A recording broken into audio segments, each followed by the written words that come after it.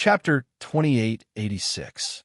Didn't you already guess that the letter was from me on the phone just now? Lanji laughed bitterly. Actually, this is the only thing I did on my own. I don't know if you will blame me for it. Luo Qingchun bit her lip, taking out all the letters and placing them on the table. She stared at Lanji with red eyes and shouted, "Why didn't you answer my question?" The table was filled with letters and envelopes, from elegant handwriting to crooked and trembling handwriting. Each of the 36 letters was densely filled with words. There were only 3 words: "I'm sorry." Other than sorry, there was nothing else to say. There was no explanation, not even a word more. Other than sorry, there was nothing else to say. Because Qingchun is so smart, she should already know the answer. He also often says that his Qingchun is too smart. Lanji shrugged and laughed softly. Otherwise, with your personality, why would you come to me?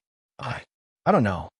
Luo Qingchun looked away, her eyes turning even redder and misty. Gigi, your milk, miss, your juice. Diyu's appearance interrupted their conversation. He said with a smile, "You're the first Gigi's friend I've met." Qingchun. Lanji took the young man's hand and said, "He's Diyu, my fiancé." Fiancé. We're holding a wedding in London next month. It's just the 2 of us. Lanji shrugged and smiled brightly. Diyu's family died in the plane crash, and I don't have any friends. The next second, Diyu touched her head softly and said, "That's right. I said that Gigi's personality is too introverted and she can't be friends with anyone. But I like her like this, because this way, she only belongs to me." "All right, go and do your work first." "Okay, then you 2 can chat." After Diyu left, Luo Qingchun frowned slightly, a trace of confusion flashing past her eyes. She looked at Lanji and said, "Introverted? Are you such a person?" She had been his desk mate for so long, but she never knew that he was an introverted person. "You know I'm not." Lanji rested her chin on her hands and laughed softly. "But I have to become that kind of person because I promised a young man that I would help him act out a fairy tale." At this moment, Lanji's eyes turned red unconsciously. If she reached out to cover her eyes, her tears might fall. Luo Qingchun's heart, which had been shrouded in smoke, seemed to be gradually dispelled. As for her, she wanted to take a step back. She wanted to stand in the smoke and not walk out. I don't know what you're talking about." Luo Qingchun quickly tidied up the letters on the table and said, "I'm leaving first." "Qingchun." The next second, Lanji grabbed her wrist and said, "It's been 3 years. Time can heal many things. Actually, I don't know when you'll find out. Maybe 3 years, maybe 30 years. But for him, what he hopes for is that you never know about it in your life. Don't say any more." Luo Qingchun lowered her eyes, her tears falling uncontrollably at this moment. She did not know why she wanted to cry, even though she did not know anything. But the feeling of despair that surged to the bottom of her heart was so cold. "But I think," Lanji said with a smile, "he has it too hard. It's so hard that when I asked him if he could write down anything he wanted to say to you, he only wrote those 3 words. Chapter 2887. In the next hour, Lanji finished telling the story with tears streaming down her face. After the avalanche, everyone was sent to the hospital. Mu Lichuan was in a coma for the longest time. Coupled with his high fever, the doctor advised him to do a full body checkup and found out that he had the Ebola virus in his body. It was a very rare virus. After the checkup, Mu Lichuan was immediately sent to the ICU. When you came, many people in the hospital had already evacuated. Lanji took a deep breath and said, "The remaining people were all acting with young Master Li. Are you sure you don't want to tell Qingchun?" Lanji walked into the ward with a mask on. She looked at the pale Mu Lichuan and said, "It's impossible that she doesn't know." "It's possible." Mu Lichuan's eyebrows moved slightly and said, "I don't have much time left." Cough. "This virus is very infectious, and the incubation period is very short." How short?" Lanji was so scared that she stumbled back and almost cried out. She could only bite her lips and ask, "Don't scare me. The longest incubation period is 20 days. In other words, I only have 20 days at most." Mu Lichuan nodded slightly and smiled at Lan Ji helplessly. Actually, I won't tell you so much, but can you do me a favor? I can, I can, I can. Lan Ji did not hesitate and said, I can 3 times in a row. That was the young man she loved the most in her life. A few days ago, he was still standing in front of her, alive and well. Now, he was suddenly telling her that he only had 20 days to live. At this moment, she felt that even if he asked her to die, she would, I know that it's very selfish of me to ask you for help like this. Mu Li Chuan looked at her eyes and continued, this favor might take a long time. I can, as long as I can do it. Lan Ji's legs turned weak and she fell to the ground and cried, but can you not die?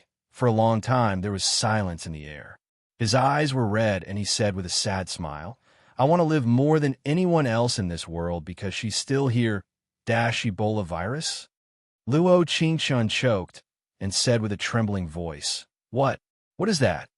The Ebola virus, also known as the Ebola virus, is a highly contagious virus. Nausea, vomiting, high fever, internal bleeding, external bleeding. Without a vaccine, infection was equivalent to a death sentence. The doctor told me that people who have this disease will eventually melt away. All the organs in their body will fail, and they will die in extreme pain. When Lan Ji said this, the tears in her eyes fell uncontrollably like pearls from a broken necklace. She didn't witness Mu Li Chuan's death with her own eyes, but the doctor's words kept replaying in her mind every once in a while. Whenever she thought of Mu Li Chuan, her heart would ache. Don't say it. Don't say it.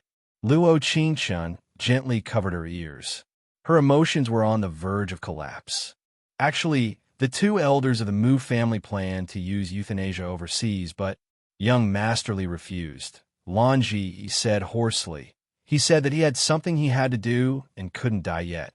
Lan Ji said that when Luo Qingshun went to the hospital to see him for the first time, he had just been diagnosed and still had some strength.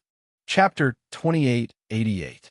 In order to ensure that there were no loopholes in the entire scene, he asked the butler to keep an eye on Luo Qingshun and inform him immediately if there was any movement.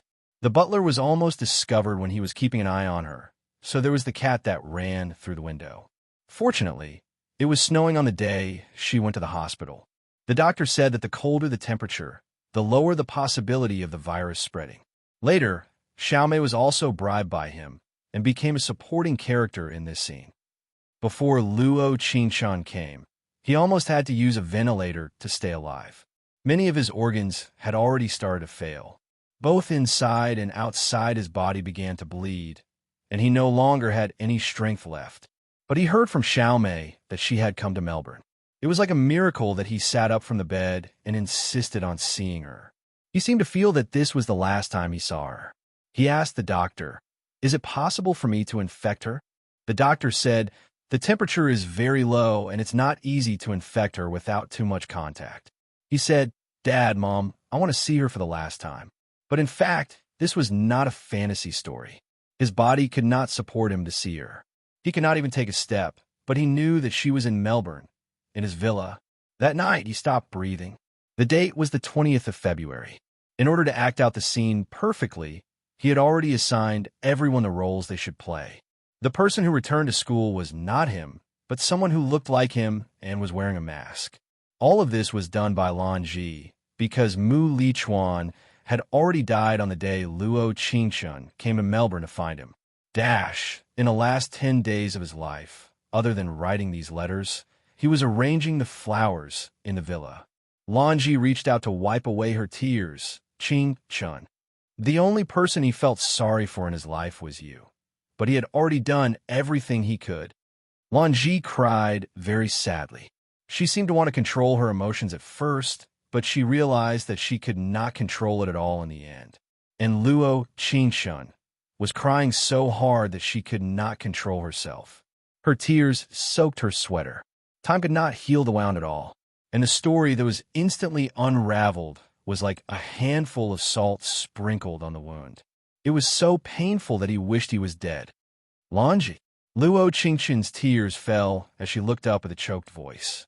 Why did he only write an apology to me? Actually, he said a lot, but He only wrote down these 3 words. Next was Lan Ji's narration. She heard him talking to himself often. He said he was sorry, but it's easy to forget a person who has changed his mind. However, if the person she loved deeply died, with her silly personality, she would never forget him. He said he was sorry. He really wanted to see you again, even if it was just one glance. He could take the image of you in his mind to hell, but the Ebola virus has him on tenterhooks. How can he see you? He said he was sorry that he couldn't accompany you to so many beautiful places in the world. You have to be fine. You can fall in love with someone else and forget about him. This heartbreaker who didn't work hard to live for you. He said he was sorry. He couldn't see you again. He was afraid that he would expose himself. He was afraid that you would stay regardless of everything. He was afraid that he would infect you. He couldn't. Lan Ji, that's enough. Luo Qingchun trembled uncontrollably. Her emotions had broken down to the limit. Chapter 2889. After coming out of the coffee shop, the snow gradually stopped falling from the sky. Luo Qingchun closed her eyes, her mind automatically imagining Mu Lichuan's expression when he said those words. Over and over again, it seeped deep into her bones and lingered. She didn't want to forgive him, but she couldn't bear to blame him either. Sometimes being born as a human was really contradictory. Every word that Mu Lichuan said to her seemed to echo in her ears. It was as if he had never left her. But in fact, looking at the heavy snow, she couldn't help but remember that 3 years had already passed. 3 years was a scene, and 7 years was a cycle. This was a cycle. Time didn't seem to wait for her, but everything in the past was as clear as yesterday. Standing in the snow, she was silent for a few seconds before she took out her phone and made a call. Miss Luo, help me book a ticket to Melbourne. When do you need it, Miss Luo? Now. The sky in Melbourne was still so blue, and there were almost no clouds in sight when she looked up. This was the city she didn't want to come to the most in the world, but standing here now, her heart was throbbing. It had only been 10 days since Mu Lichuan's illness was confirmed to have died, but he seemed to have done everything for the next 10 years.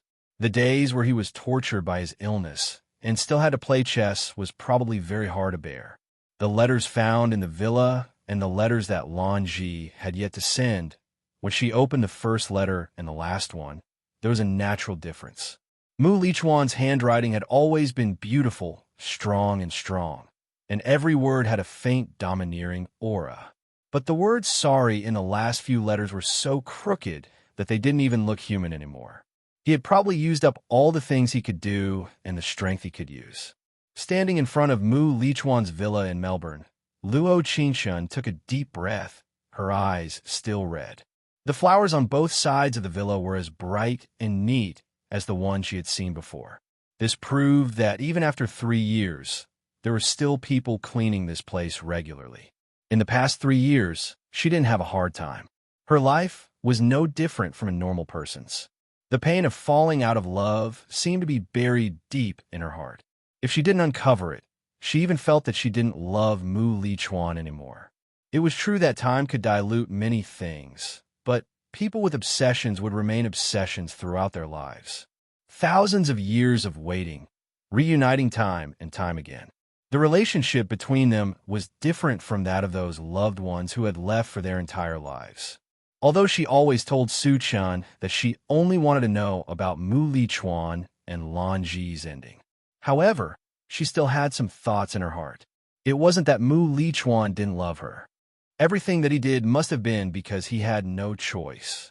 However, what she didn't expect was that Mu Lichuan was no longer in this world. She pressed the doorbell, and the person who opened the door for her was none other than Mu Lichuan's parents. The moment they saw Luo Qingchun, they guessed that she already knew everything. Mama Mu's eyes reddened, and she started sobbing uncontrollably. Come in. Luo Qingchun took a deep breath and rushed to hug Mama Mu. Auntie, I'm sorry I'm late. No. Mama Mu choked and said, You're not late. Lichuan hoped that you would never come here again. Chapter 2890. Actually, in terms of filial piety, Mu Lichuan was most sorry to his parents. It was because he did not leave any words for them. In his world, when he knew that his life was about to end, The only person he wanted to make sure was Luo Qingxin. The butler left after making the tea. The air was filled with the faint fragrance of jasmine. The only hope Master and I had in our lives was Li Chuan. Mama Mu sighed deeply and said, but when he knew that he only had a few days left, we knew that the only person he cared about was you. I'm sorry, Annie. I was too stupid and didn't understand him. Luo Qingxin took a deep breath and wiped her tears. I wasn't by his side when he needed me the most. I wasn't by his side to spend the last days of his life with him. Actually, she also blamed herself. If she had been more persistent back then, they might have had a few good days together. Mama Mu shook her head and touched the back of her hand gently. No, Qingxun, do you know why we promised Li Chuan that we would help him keep this a secret from you? I don't know. Usually, when her own son was infected with this disease, the first thing a mother would think of was how to treat him and how to let him live. However, Lanji told her that Mu Lichuan's mother wanted to euthanize him in the hospital to prevent him from suffering. It's because the Ebola virus is different from other incurable diseases. The doctor said that being infected with this virus is like being pricked by needles. It's very painful. Mama Mu sighed deeply and sobbed. But Li Chuan could hold on. Even if he was in so much pain that his entire body kept trembling, he kept holding on. He said that he had something he had to do and that he couldn't die. All right, it's been 3 years. Why are you like this every time you talk about our son? Papa Mu frowned and said, Qingxin probably just found out about the truth. She didn't have as much time to adjust to it as we did. Although Papa Mu reprimanded Mama Mu, Luo Qingxin knew that his old eyes were very red. Don't be like this. Luo Qingxin pursed her lips and forced a smile. He definitely doesn't want you to be like this. Mu Lichuan did not say anything to his parents. It was probably because he felt that he had lived a good life and had no regrets. And she was probably his only regret. Knock, knock, knock. The housekeeper knocked on the door twice before walking up and saying, Master, madam, the doctor in charge of regular checkups is here. He's already waiting downstairs. Luo Qingxin pursed her lips and said, Uncle, Auntie, you go ahead. I'll sit here alone for a while. All right, Qingxin, wait a moment. I'm fine. The door closed with a creak. The last time she came to Melbourne, she was sitting in this seat. At that time, Lan Ji was sitting opposite her. She could really hold it in. She had lost all her friends and her circle of friends, but she was still doing one last thing for Mu Lichuan. Luo Qingxin laughed at herself. A breeze blew past, and she furrowed her eyebrows slightly. She got up slightly and walked towards a window. That year, Lan Ji had stopped her on purpose. She did not know why at that time, and wondered if she could find the answer now. When she really stood in front of the window, she could feel what it felt like to stop breathing and what it felt like to have her heart stop beating. Looking around, the flowers on both sides were surrounded by red peonies. Inside, there were words made up of different colored petals. Together with the red outside, there were a total of 7 colors that formed 6 words. Chapter 2891. Mu Lichuan had only ever loved Luo Qingxin in his entire life. He might be a jerk, but his heart had never changed. Mu Lichuan in this world, most people wouldn't only meet one person, just like her. To her, Su Chun was the one who stunned her, but I wanted to be gentle with her. From the day we met in the parking lot, I wanted to be the one who would be gentle with her. It probably wasn't love at first sight. After all, we were childhood sweethearts, but I had other intentions. The next time we met was at a bar. Muse Bar was one of the Luo family's businesses, and it was Madame Luo's favorite bar. Someone was openly provoking the Missy in the bar, and I was curious what she would do in that situation. Would she reveal her true identity to suppress the other party, or would she use other methods to help her friend get out of this situation? As the daughter of the Luo family, she didn't have much money, so she couldn't give Guju money to let Li Xiu's brother go. I've been watching her from the very first moment of the commotion in the bar. Actually, even if I didn't show up, she would have been able to solve this problem easily. Of course, in her eyes, it might just be icing on the cake, but I didn't care. At that time, I didn't know if I liked her or not. I only knew that she was different from other girls. Perhaps it could be said that she was different from everyone else in our school. She wasn't as humble as other students, but she wasn't as arrogant as the daughter of the richest family. Even if her identity as the successor hindered her, I could tell from her eyes that she wasn't someone who would be discriminated against by the commoners. If she was that kind of person, she wouldn't have helped Li Xiu's brother. If I had to talk about my feelings, it would probably be when Su Chun appeared again and again. As a man, I knew Su Chun better than she did. I could see regret, reluctance, and deep love in his eyes. Some people are the type who would want more the more they can't get it, and Su Chun was probably one of them. Su Chun and I were two different types of people. The more I liked something, the more I wanted to keep it by my side. I would never let myself lose it. Su Chun didn't see her own heart clearly. She always thought that she didn't love him. But in fact, all his subsequent actions and excessive care meant that he wanted to redeem himself. However, I naturally wouldn't give him this opportunity. Before she acknowledges her successor, I can use my identity to hold up an umbrella and protect her well. A lot of people in school wanted to bully her. Although she often said that she didn't want to be the target of public criticism, I never saw any fear in her eyes. During the trip to the desert, they all said that I did not hesitate to use my own life to save her. Only I knew that it was so that she could like me, so that I could be happy. He was so happy that he could sacrifice for her and stay by her side. So after he left the desert, I hoped that she would marry me. I'm even grateful to God. Our story is like a princess and a knight in a fairy tale. We can be happy together forever. Chapter 2892. On the day of our wedding, I saw Su Chun. I saw the regret and unwillingness in his eyes. I saw how he clenched his fists tightly. At that moment, I felt extremely proud, because I was the one holding her hand, and the one who could spend the rest of her life with her was also me. But what I didn't expect was that I was sick. The illness came too quickly, and I didn't have time to react. The doctor had already told me that there was no medicine that could cure it. I could only choose to die comfortably or to die while at death's door.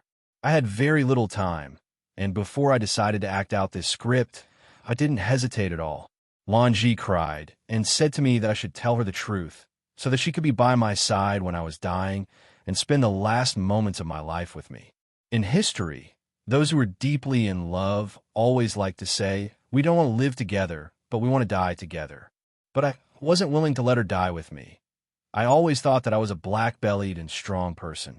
I would do everything I could to keep the things I liked and the people I admired by my side. I even thought that I was the kind of person who would never let her fall in love with anyone even if I died. Only when death was just a step away did I realize that I was probably not that kind of person. She was only 18 years old. She could enjoy her youth in youth. She could still meet someone better, make her happy, and drink medicine for her. I was just a fleeting shadow in her life, but in my heart, she was a mark that couldn't be erased. I kept this mark, but I also wanted to become her fleeting shadow. It was so contradictory that I wanted to be a heartless man. A young man who had just sworn an oath with her and white fell in love with another person in the blink of an eye, and was willing to abandon everything in the world for her. Ridiculous. How ridiculous. I was really grateful that Lanji was willing to help me. I knew how difficult it would be for her to act out this story alone after I died. Maybe some people would say that she was a phoenix, but there would definitely be people who would say that she was shameless for stealing her good friend's fiancé. But she didn't seem to care at all. She told me that although she liked me, Qingchun was also my good friend. Helping out was what friends should do. I couldn't have known if she would finish the story and fulfill her promise to me, because I couldn't have seen it. The virus spread very quickly. In less than 3 days, my body was getting more and more tired. 3 days ago, I could still use this brush to write. 3 days later, I would sweat profusely as soon as I moved my hand, as if I used a lot of strength. At first, I couldn't lift my feet. Then I couldn't lift my hands. Then I felt weak all over and pain inside. The attending doctor was right. It was really painful. Did my mother always cry in front of me, hoping that I could accept euthanasia? In the eyes of a mother, the fact that she would suggest euthanasia for her son proved that she could empathize with my pain. But in fact, she didn't understand. What hurt the most was his heart. Every time I close my eyes, the image that appears is the scene of us parting at the airport. She smiled faintly, like a dazzling ray of light. invading my world irresistibly. Dash, do you love photography or me? You don't hesitate at all? Without photography, it's just another hobby for me. But without you, what will happen? Can I give you the answer now? Without you, I will die. So if I didn't die, I wouldn't leave you. Chapter 2893. Host. Luo Qing-chun knit her brows and gave a soft sigh. She was finally back here. As for how she came back, she remembered that she took a plane from Melbourne. Did the plane crash? Was she that lucky? Welcome home, host. What's there to welcome? Luo Qing-chun pursed her lips and said, I come back every day. Do you want to see what happened before you died? You're suddenly so attentive. My death can't be related to you, right? The plane crash was an accident. It was an accident. Are you sure it was an accident? The last time she wanted the plane to crash, she felt that she had implicated innocent people. This time it was just right. Okay. The system thinks that you don't like that world anymore. I like it when you make your own decisions. Endless money, status, and status.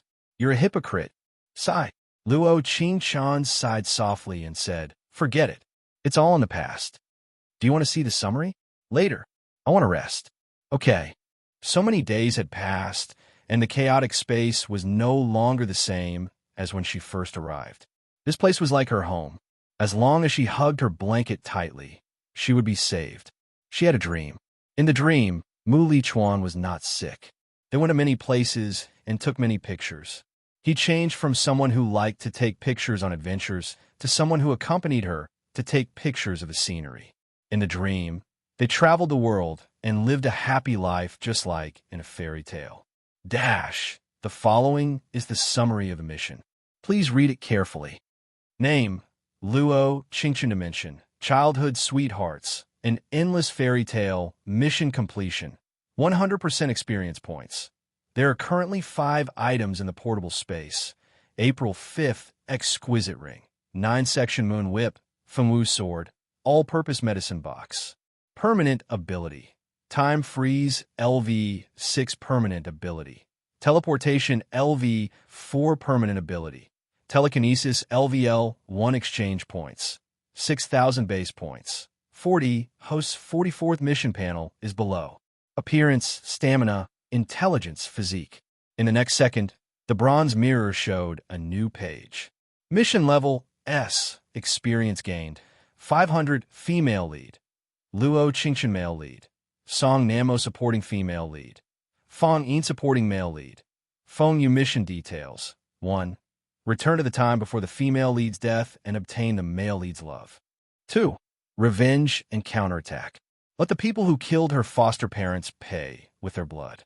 The task this time was just to look at the original owner's memories. She felt that it was very difficult. The original owner's identity was that of the imperial court's most favored imperial concubine. Imperial concubine, Li's personal palace maid. She entered the palace at the age of 14, and within half a year, she went from a normal palace maid to one of imperial concubine, Li's personal palace maids. Imperial concubine, Li was good at singing and dancing, and she had a face that could cause the downfall of a country. Upon entering the palace, she became the imperial concubine that the emperor doted on the most. However, she was actually a vicious and scheming person. She would get rid of anyone who got her way. As a blade in imperial concubine Li's hand, the body's original owner did everything beautifully. Thus, she received imperial concubine Li's appreciation. But in truth, the person that the original owner wanted to deal with was the current empress, Sitara Wanyan. The original owner had lost her mother when she was young. Her mother had only left her with a jade pendant and told her to find her birth father. Chapter 2894. The kind-hearted peasant woman took in the original owner of this body and raised her. Little did she know that when the original owner was 13, the peasant woman was suddenly killed by soldiers, and the original owner was able to escape. Later on, the original owner found out that the soldiers that killed her adoptive parents had taken a liking to the original owner's beauty. But her adoptive parents did not accept it. Thus, they were charged with a groundless crime and killed. If it was a man from a normal family, the original owner's adoptive parents would naturally give their blessings and happily marry off the original owner. But the soldier that had taken a liking to the original owner was already in his 50s, and he had taken in 7 concubines. He was clearly a lecherous person. The peasant woman treated the original owner as her own daughter, so she naturally could not bear to see her die in vain. Thus she refused. Who knew that she would end up incurring a fatal disaster? After escaping, the original owner found out why a lowly soldier would be so daring. He could cover the sky with one hand and kill whoever he wanted. Who knew that this soldier was actually a relative of the Empress? Relying on the Empress' support, he ran amok. Following this, the original owner prepared to enter the palace to get revenge for her adoptive parents. At the same time, she wanted to find her birth father. The jade pendant that the original owner's mother had left behind belonged to the imperial family. In other words, it was very likely that it had been bestowed by the current emperor. Then her father should be a noble in the Forbidden City, or perhaps a noble in the imperial palace. The original owner was very smart. Upon arriving in the Forbidden City, she already knew about the power struggles in the imperial harem. At that time, imperial concubine Li was just a noble lady, but the original owner was certain that she would definitely become the emperor's favorite. Thus, she helped imperial concubine Li with a small matter during a banquet. Imperial concubine Li was also a smart person. She naturally knew what sort of person could be used and what sort of person was most useful. After the original owner entered Shihi Palace, she continued to provide advice, allowing noble lady Li to climb up the ladder. She became the most favored person at the emperor's side and was conferred the title of imperial concubine Gay. But the more favored she was, the more she would become the target of public criticism in the imperial harem. Imperial concubine Li very quickly attracted the envy of others, and more people wanted her downfall. But because the original owner was smart, before those people could take action, they were all eliminated by the original owner's plans. The successive incidents in the imperial harem caused the empress to place great importance on them. She finally came to Shihi Palace and advised imperial concubine Li to restrain herself. At that time, in the original owner's mind, thought the empress was even more vicious than imperial concubine Li. Imperial concubine Li was just fighting for favor, and the empress, because of her own position, allowed her relatives to run amok among the common people.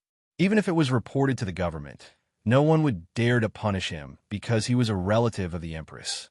Therefore, she would only have a chance to take revenge if the empress fell.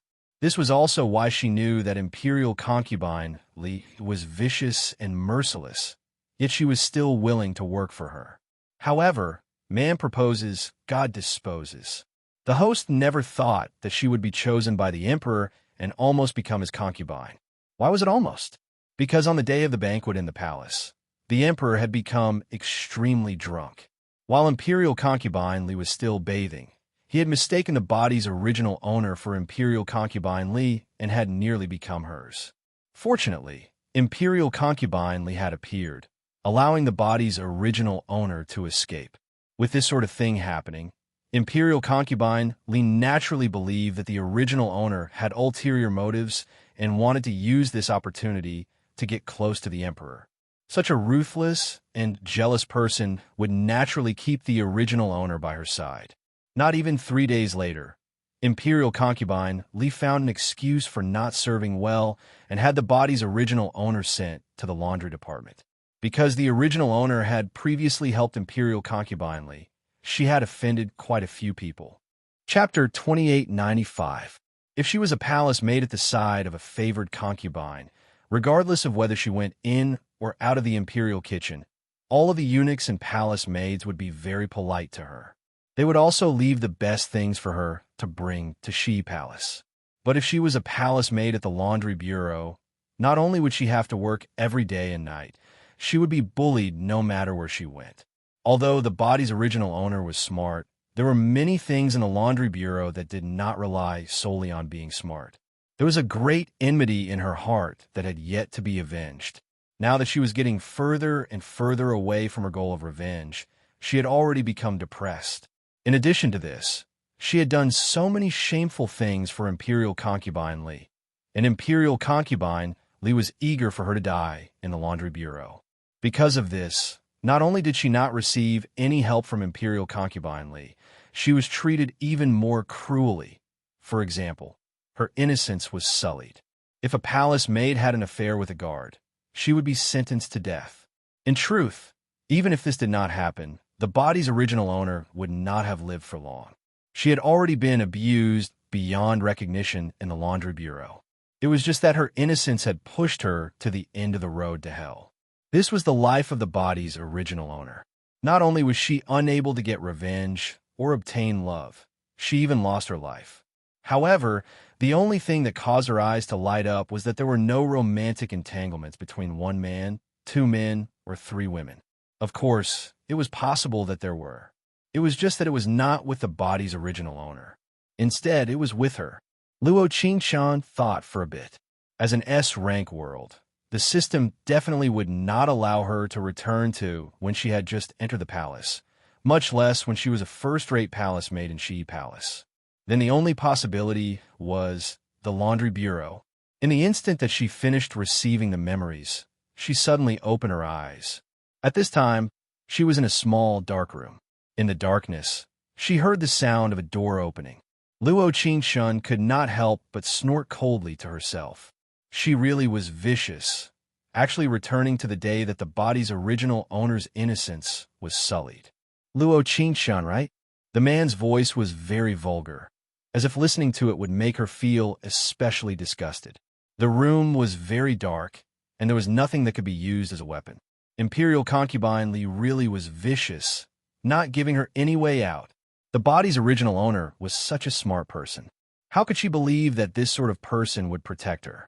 Come on, don't be afraid. Let me have a good time tonight. That disgusting voice sounded again. In the next second, Luo Qingshan narrowed her cold eyes and curled her lips into a smile. If a palace maid has an affair with a bodyguard, do you think you can escape unscathed if something happens to me? My identity is naturally different from yours. The man arrogantly raised his eyes and said, "You don't need to worry about it."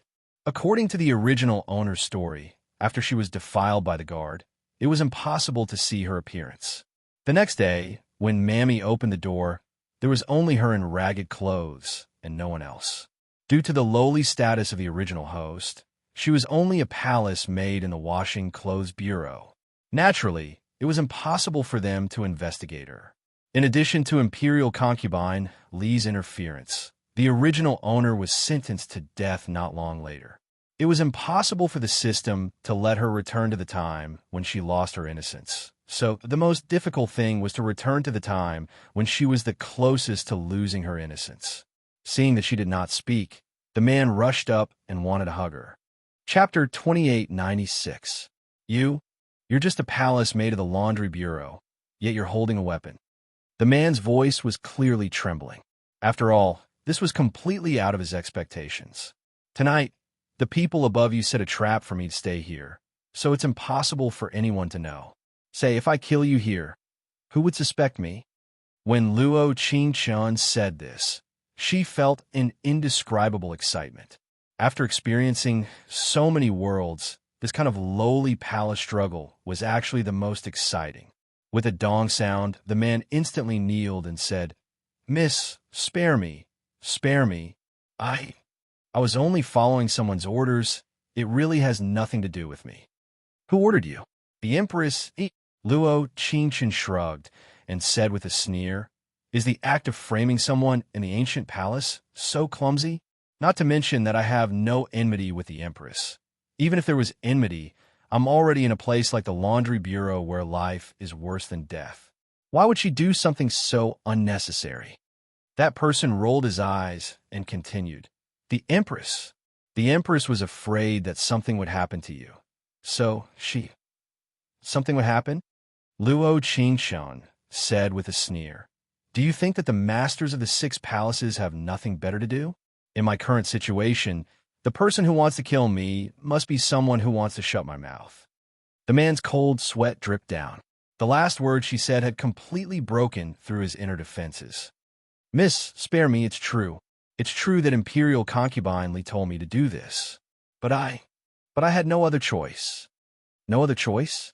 Luo Qingchen used the phoenix dance sword to knock his shoulder twice and said, "You lecherous person still want to find excuses for yourself. In your eyes, this is probably a good job."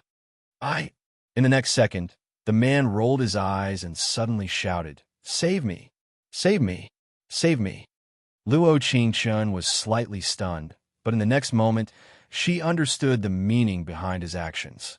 Since he couldn't tame her, then he might as well fight to the death. In any case, he had Imperial concubine Li's support, so his life was naturally more precious than a palace made from the laundry department. Since you're so heartless, then don't blame me for being unjust. Since you're going to die anyway, why don't you go ahead and scout the way for me in the Yellow Springs? In the next second, Luo Qingchen wielded her phoenix dance sword and attacked in his direction. If one were to say that he was stupid, then he was really stupid. If it was another person today, knowing that they were going to die, they would definitely exchange their lives with him. He was lucky. After all, she did not want to kill him. A sound of swords slicing through clothes and a scream rang out at the same time. Her swordsmanship was very accurate, cutting the clothes on his body into pieces. In order to make him suffer a little, he even lightly cut him a few times with his sword. Although his life wasn't in danger, the pain was unbearable. "I want to accompany you. See you later." In a split second, Luo Qingchen teleported out of the room. Fortunately, there was no light in the room. Otherwise, she might not have been able to teleport. "Who's inside? Hurry and open the door. If you don't open the door, I'll break the door open." The voice of the old maid came from outside the wooden hut. The man was stunned and was about to open the door to report the palace maid for seducing him. But when he reached the door, he felt his hairs stand on end. The clothes on his body had all been torn to pieces, and he was now completely naked. Chapter 2897. The dazzling firelight instantly illuminated the entire woodshed. When Mama and several palace maids saw the naked man, they all looked away. "Bodyguard Wang Zhong, you're behaving like this, what a scandal." Mama Li angrily rebuked. "This is the laundry bureau, Bodyguard Wang Zhong, in the middle of the night. Why are you here naked?" "Mama Li, it's all because of her. It's all because of her," Wang Zhong said as he pointed to the right. "It's all because of her who seduced me. When she saw that I didn't obey her, she tore my clothes with her sword. It's all because of her. It's all because of her." Everyone looked in the direction of Wang Zhong, but there was no one in the direction he pointed. Perhaps it should be said that there was no one else in the woodshed except for Wang Zhong. Mama Li, a palace maid from the laundry bureau on the side, whispered in Mama Li's ear, "This bodyguard, Wang Zhong, shouldn't have any eccentricities, right?" Another palace maid immediately said, "If he doesn't have any eccentricities, then he must have a mental problem. You two go and report to the head of the bodyguards at the Qianqing sect and tell him to come to the laundry bureau to pick up the person." Wang Zhong seemed to feel that something was wrong and looked in the direction of his right. It was empty, not even a shadow could be seen. "Ah!" he screamed, his eyes rolled back, and he fainted from fright. Because Luo Qingchen didn't digest the original owner's memory very well. When she teleported, she went to a place that she was not familiar with. In the backyard of the Imperial Palace, one wrong step could lead to many wrong steps. Now, she was just a palace maid of the laundry bureau, so she naturally couldn't make mistakes. Surrounded by rockery and overflowing with the fragrance of flowers, it should be the Imperial Garden. Luo Qingchen's eyebrows slightly wrinkled, and she quickly walked in the direction of the laundry bureau. Little did she know that when she turned a corner, she directly bumped into someone. "Be careful." The other side reacted quickly and immediately grabbed her wrist, making her stand steadily instead of coming into close contact with the ground. She slightly nodded. The night wind blew, and a beautiful face was reflected in her cheek. Song Nanmo. He was wearing a dark blue robe with golden edges and a golden belt around his waist.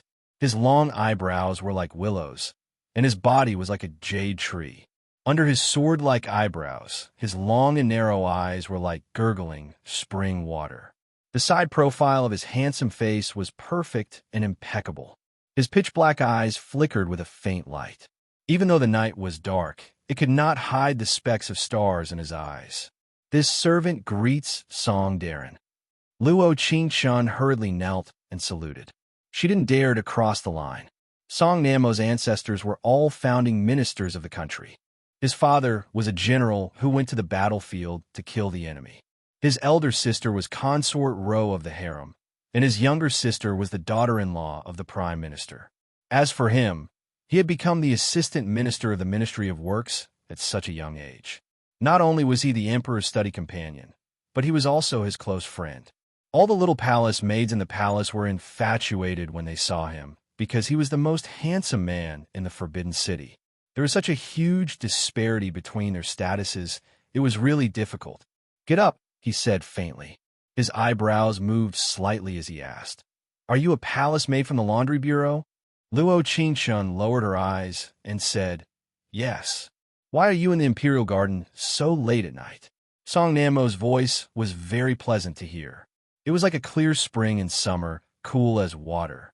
Chapter 2898. Luo Qingshun knew that her excuse wasn't good, but it was a good thing that she reacted quickly. Song Namo should not be able to see any clues in a short period of time, but could be exposed if he thought about it too much. He narrowed his eyes and looked at her lowered eyes. His long eyelashes trembled slightly. A while later, he said, "The emperor is right in front. Don't pick anything tonight.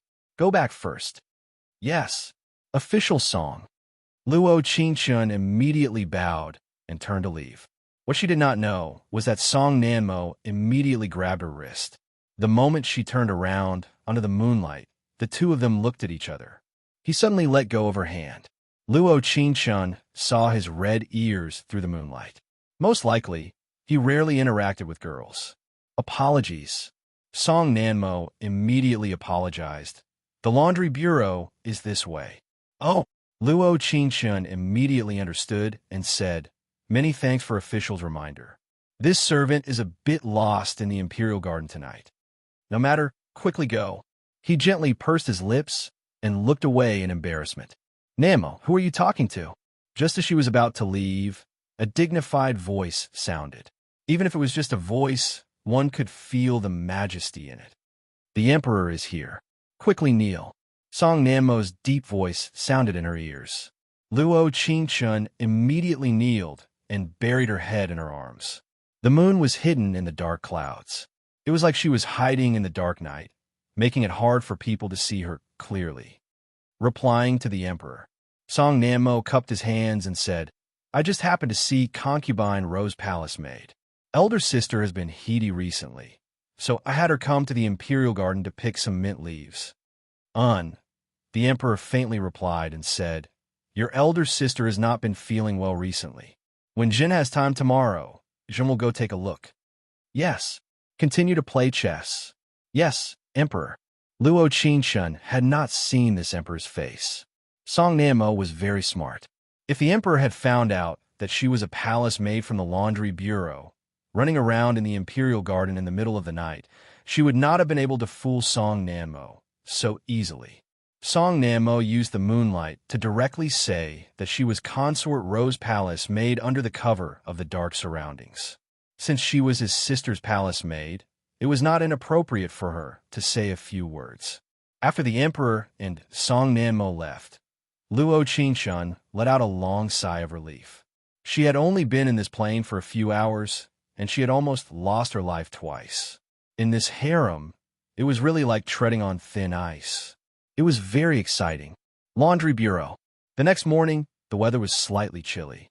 Mammy Lee woke everyone up, saying that the naked bodyguard from yesterday had reported that the chief of bodyguards was coming to identify the palace maid from the washing clothes bureau who had seduced her to the woodshed. Mammy Lee, Wang Zhong made all the mistakes at this time. But if there was no one in the woodshed, how could he tear his clothes apart and shout for help? Chief of bodyguards Rong Dashing said, "Therefore, I believe Wang Zhong's words and let him identify the palace maid who had seduced her." Chief Rong is right. Mammy Lee cleared her throat and said, "Everyone stand in a row and let bodyguard Wang Zhong identify." Luo Qingshun's brows slightly furrowed. The moment she raised her eyes, she met Wang Zhong's eyes. Chapter 2899.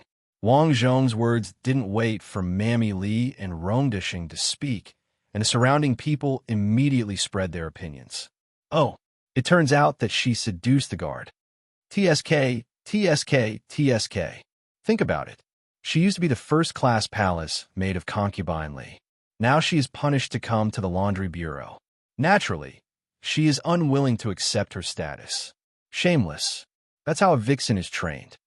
The surrounding discussions were all very unpleasant to the ears, but this was also natural.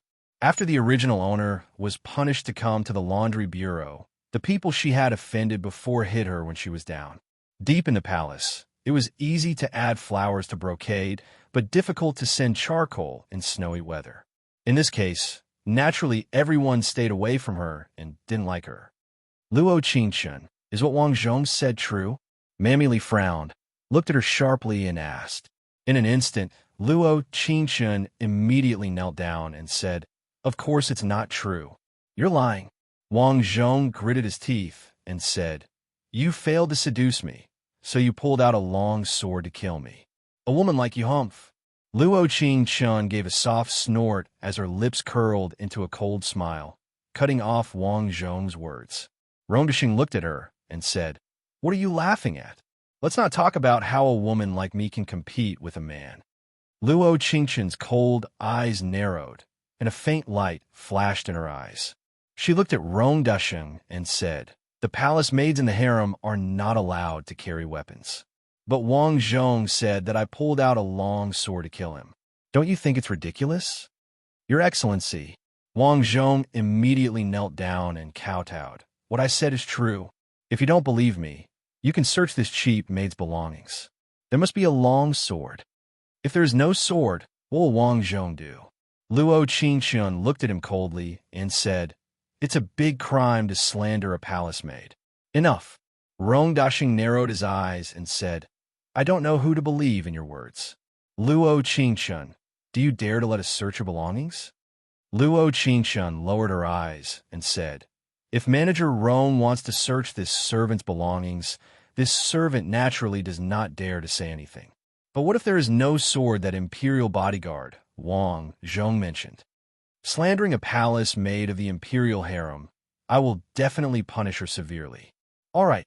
Luo Qingshun suddenly raised her eyes, her extremely cold gaze falling on Wang Zhong.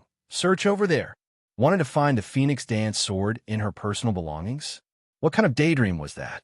A quarter of an hour later, several guards came out of the room and said, "We didn't find any weapons like swords." "Impossible." Wang Zhong shook his head desperately. "This palace maid, yesterday, she held a sword with a red tassel to my neck. Imperial bodyguard Wang Zhong, I have no enmity with you. Why are you slandering me?" Luo Qingshun slightly nodded, her eyes flashing with light tears. "I heard that the door of the firewood room you were in yesterday was cumbersome from the inside. When you called for help, Mama sent people over, but there was no one in the room other than you. Even so, you still want to slander me?" Wang Zhong tightly gritted his teeth and said, "She is clearly, don't say anything more." Rongdishing said with a serious face, "Someone come, drag Wang Zhong out and give him 50 beatings. Remove him from the position of palace guard." "Darren, this servant is wronged, Darren." Luo Qingshun knelt and said, "Thank you for giving this servant justice." "All right, why are you still standing?" Mama Li waved her hand and said, "Go to work." Chapter 2900. Luo Qingshun slowly got up and frowned even more. "Qingshun, it's good that you're okay." Xiuyu came forward and took her hand. "Let's go to work. Mama will scold us later." Xiuyu was the only palace maid in the entire bureau who talked to her. She often enlightened her and was probably the only friend of the original owner. "Okay." Xiuyu saw that her face was not good and asked, "Why are you still frowning when you're okay?" "It's nothing. It's just that the road ahead is difficult." Luo Qingshun shook her head. She seemed to be talking to Xiuyu and herself. There were two supporting men on the bronze panel. One was the minister of the Ministry of Rights, and the other was the emperor. With her current identity, it was not easy to see these two men. Alas, Why didn't she take advantage of the situation last night in the Imperial Garden? Qingchun, what are you talking about? I don't understand. It's nothing. Go to work. Ahem. Just as Luo Qingchun slowly turned around, a eunuch's voice sounded. Mama Li immediately came forward and said, Eunuch Wang, why are you here? Eunuch Wang was the general manager of the Imperial Harem. He was in charge of everything in the Imperial Harem. He had been in the palace for more than 20 years and was the emperor's favorite. Is there a palace maid named Luo Qingchun here? Luo Qingchun took a deep breath, frowned, and closed her eyes. She thought, it's really one trouble after another. Yes. Mama Li's face was a little pale. She hurriedly said, Qingchun, come here. Greetings to Eunuch Wang. Concubine Ro asks you to come over. Concubine Ro? Mama Li was stunned. She glanced at Luo Qingchun and said, what did Qingchun do?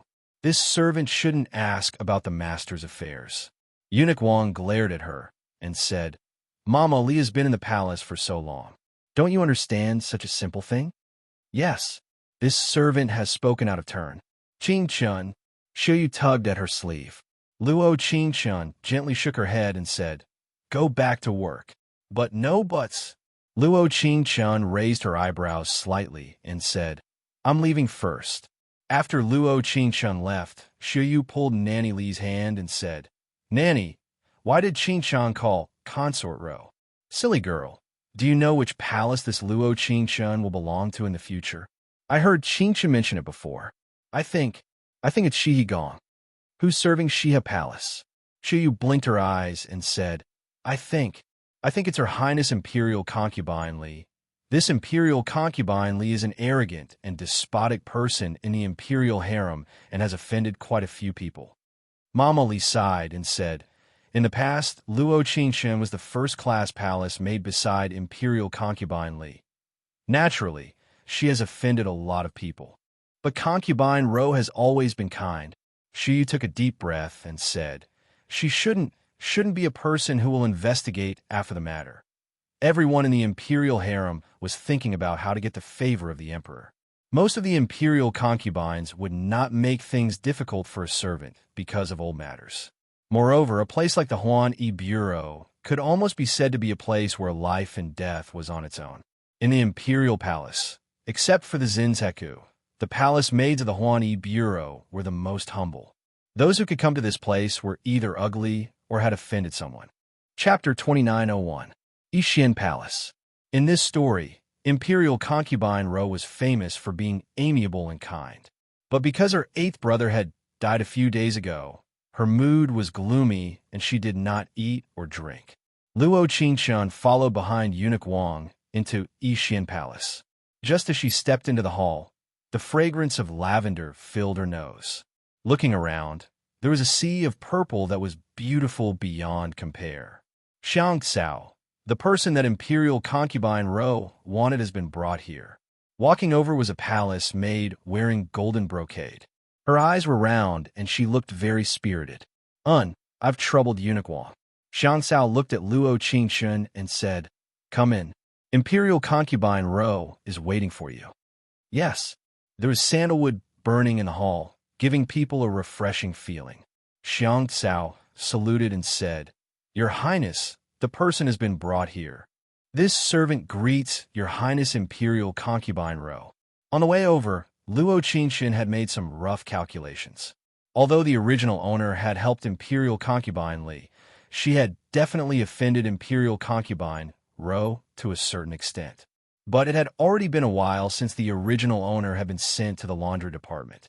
If Imperial Concubine Ro wanted to cause trouble for her, she probably would not have waited that long. After all, she was currently just a low-level palace maid. There was no need for it, nor was there any meaning. In that case, there was only one reason why Imperial Concubine Ro had summoned her today. I heard that this one's palace maid appeared in the Imperial Garden last night. Imperial Concubine Ro took a sip of tea and said, It was you, right? Luo Qingchun kneeled and said, replying, Your Highness, it was indeed this servant. Impudent. Xiang Cao immediately said in a loud voice, You are clearly not a palace maid of Yixian Palace. Why are you deceiving them? Do you know that by doing this, you are not only deceiving the Empress, you are also deceiving the current Emperor? Your Highness, please forgive me. Luo Qingshan's eyes narrowed slightly as she said in a very calm voice, "This servant was originally a palace made of the laundry department. Yesterday, someone wanted to frame this servant, so I escaped in a panic and came to the Imperial Garden." You're quite honest. Imperial concubine Ro's eyebrows slightly raised. Looking at her, she said, "Get up first." "Thank you, Your Highness." "Who else did you meet in the Imperial Garden last night?" Replying to Nyang Yang, Luo Qingshan raised her eyes and said, "This servant also met official Song." Consort Ro looked at her calm eyes and the corners of her lips curled into an extremely faint smile. "It seems like you know why this consort had you come, but why didn't you explain yourself at all? Are you not afraid that this consort will punish you or directly tell His Majesty?" "This servant is afraid." Luo Qingshan lowered her eyes and said, "But this servant doesn't dare to deceive Your Highness. If Your Highness knows about this matter, and this servant still insists on explaining, wouldn't this servant really be concealing it and not reporting it?" "You have a sharp tongue." Vanilla snorted softly and said, "If you didn't know that Her Majesty was kind-hearted, how could you be so honest? What a hypocrite." This servant does not agree with Miss Xiangxiao's words.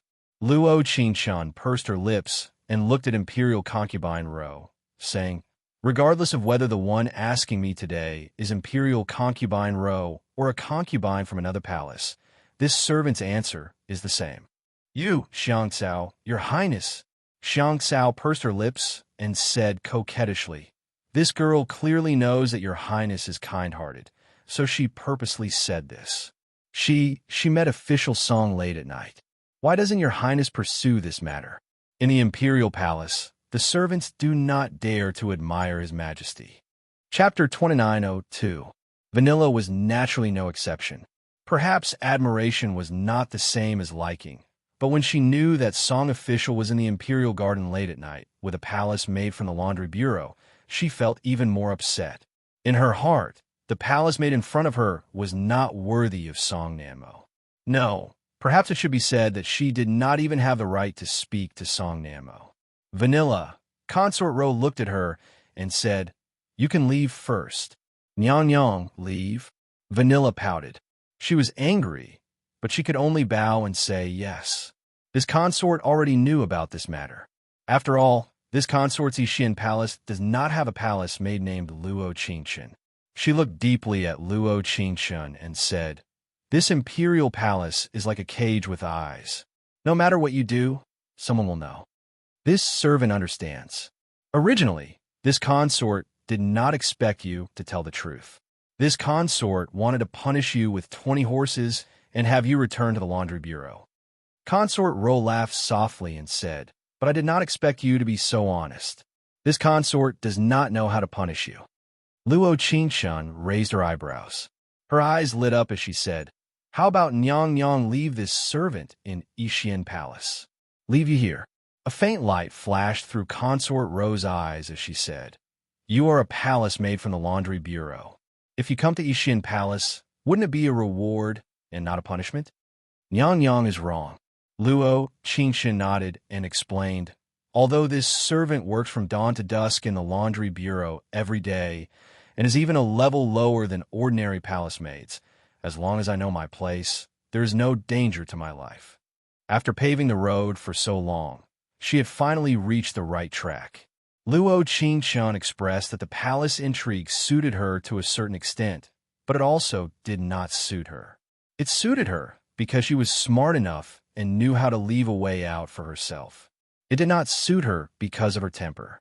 She had always been straightforward, and here she wanted to say something, she had to do a series of foreshadowing. It was commonly known as a plan. "You mean that your life will be in danger if you come to this consort's Yixian Palace?" Consort Ro put down her cup and frowned slightly. She looked at Luo Qingshan and asked, "What exactly do you want to say?" "Since this servant came to Yixian Palace, this servant must have made some contributions to Yixian Palace. Your Highness should know that this servant was Consort Li's palace made before being punished to the Laundry Bureau." Luo Qingshan frowned and said calmly, "It's about Brother Yadin. Maybe it's not an accident." Thud! The sound of a teacup falling to the ground could be heard. Vanilla immediately rushed in and asked, "Your Highness, are you all right?" Consort Ro's face was abnormally pale, and her hands were trembling uncontrollably. A few months ago, concubine Ro's only elder brother, Fengji, had caught a cold. Fengji was born less than 3 months ago. Catching a cold could be a big or small matter, but with the imperial physicians of the entire Forbidden City taking turns to treat him, his condition had stabilized and gradually improved. However, one night, 8th elder brother Feng Ji's condition took a turn for the worse. He had a high fever, and, in the end, he did not make it. Due to 8th elder brother's young age, the diagnosis of the imperial physicians of the imperial hospital was often uncertain. Consort Ro did not speak, and neither did Luo Qingshan. Vanilla looked very anxious. She looked at Consort Ro and then looked at Luo Qingshan. She then paused and said, "Someone drag this palace maid from the laundry bureau away and lock her up. Wait for your highness to deal with her. Wait, your highness, this person can't be left alive." Vanilla said angrily, "If your highness feels that it's inappropriate for her to stay in Yixian Palace, then send her back to the laundry bureau." Someone. Chapter 2903. Hearing this, Xiangxiao immediately knelt and said, "This servant has spoken out of turn. Your Imperial Highness, please forgive this servant." Consort Ro waved her hand and turned her gaze back to Luo Qingshan. "What you just said, was it true? This servant does not dare to be completely certain, but after being at Consort Li's side for so long, this servant has some clues." Luo Qingshan pursed her lips and said, "As long as your Imperial Highness gives Qingshan time, Qingshan will definitely be able to give your Imperial Highness an answer." "All right, this consort believes you." Consort Ro looked at Xiangxiao and said, "Go to the laundry department and say that Yixian Palace wishes to keep a palace maid. Your Imperial Highness." Xiangxiao wanted to say something, but she knew that she had already made Consort Ro unhappy, so she could only pout and say, "This servant will do it right away." Consort Ro nodded and did not forget to remind her, "After you're done, go to the Department of Internal Affairs to report. Your Imperial Highness, do not worry. This servant knows what to do." Xiangxiao bowed and turned to leave. When she passed by Luo Qingshan, she did not forget to stomp her foot and say, "Don't be so smug. Xiangxiao, this servant will go now, Your Imperial Highness." Consort Ro looked at Xiangxiao's departing figure and helplessly shook her head. This consort has doted on her too much, causing her to be a bit willful. "I can see that Your Imperial Highness is kind." Luo Qingshan blinked and said, "Your Imperial Highness, do not worry. Qingshan has indeed done some unspeakable things for Consort Li in the past, but this servant has a balance in her heart. This servant will not do anything that would harm someone's life. If you suspect someone, don't use them. If you use someone, don't suspect them." Consort Ro looked at her and said, "This consort has summoned you to Yixian Palace today not to investigate the past. I'm guessing that even if this servant did not tell Your Imperial Highness the truth today, Your Imperial Highness would at most severely reprimand me and send me back to the laundry department." Luo Qingshan faintly raised the corners of her lips and said, "You wouldn't give this servant 20 strokes. Qingshan, since you've entered Yixian Palace, you must know that everything you say and do in the future represents this palace and Yixian Palace to a certain extent." Consort Ro looked at her gently and said, "In the future, don't casually guess what your master is thinking, understood?" Qingshan understands. Vanilla, who had returned from the Imperial Household Department, had arranged for her to stay in a room that was the furthest away from the main palace. It was the most remote room. Although it didn't look messy, it was covered in dust. Although I don't know what kind of bewitching potion you gave Her Highness Consort Ro, I'm very good at judging people. Vanilla looked at her and snorted. "I know very well what kind of person you were when you were in Xia Palace. You can deceive Her Highness, but you can't deceive me." When Luo Qingshan heard this, her lips curled into a smile as she said, "You mean to say that Her Highness is even more foolish than you?" "You." Vanilla pointed at her nose and said, I never said that. Don't slander me. Her Highness is kind, but I'm not. You're on your own. The moment her voice fell, Vanilla waved her sleeves and turned to leave. After spending an entire afternoon, Luo Qingshun finally tidied up the room. She also made a few temporary racks for hanging clothes. However, since Vanilla didn't like her so much right now, she definitely wouldn't help her make clothes in the embroidery workshop. She would have to do this herself. After all, she was now a palace maid of Ishian Palace. If she still wore the clothes of a laundry department, it would be inappropriate. On the way to the embroidery workshop, Luo Qingshun was still thinking about Eighth Brother. Little did she know that she was stopped by Song Nanmo. Immediately after, there were sighs from the surroundings. Chapter 2904. Official Song is so handsome. Who is Official Song talking to? Who wants to seduce him? Oh, look at that dress. It's a palace maid from the laundry department. Seeing a lowly servant like her, she still has the nerve to talk to Official Song. Luo Qingshun froze for a moment. She slightly looked up and saw Song Nanmo's handsome face. The light of the setting sun shined on his chiseled face, making him look very good. Is there a reason Official Song has stopped this servant? Although Luo Qingshun did not know why Imperial Concubine Ro had come looking for her, it was very clear that if Song Nanmo had not been in the Imperial Garden last night, Imperial Concubine Ro would not have summoned her today. Song Nanmo saw that there were too many people around, so he gently pulled her wrist and said, "Come with me." Mo Lanting Pavilion. It was located in the southwest corner of the palace. It was close to the cold palace, and very few people passed by it. Song Nanmo looked at her clear eyes and slightly knitted his brows as he said, "What happened last night in the Imperial Garden was told to Elder Sister by someone close to me. Hearing that Elder Sister had summoned you to Ishian Palace, I hurried over. Could it be that Official Song feels that he has implicated this servant?" Luo Qingshun gently smiled and said, "Official Song's actions are very Mary Sue." According to the memories of the original owner, Song Nanmo was an upright, humble, courteous, cultured person who could see the big picture. This kind of personality on a woman was probably the embodiment of a 1,000-year Mary Sue. Although Luo Qingshun did not understand Song Nanmo, him coming to find her at this time was probably proof that the rumors were not false. What does Miss mean? Song Nanmo looked away and said, "You're thinking too much. I just don't understand how you made Elder Sister agree to let you stay in Ishian Palace." Although Song Nanru was kind and gentle, Luo Qingshun was once Imperial Concubine Li's person. Even if she had a good heart, she would not let this kind of palace maid stay in Ishian Palace. If Official Song really wants to know, why don't you just ask Imperial Concubine Ro?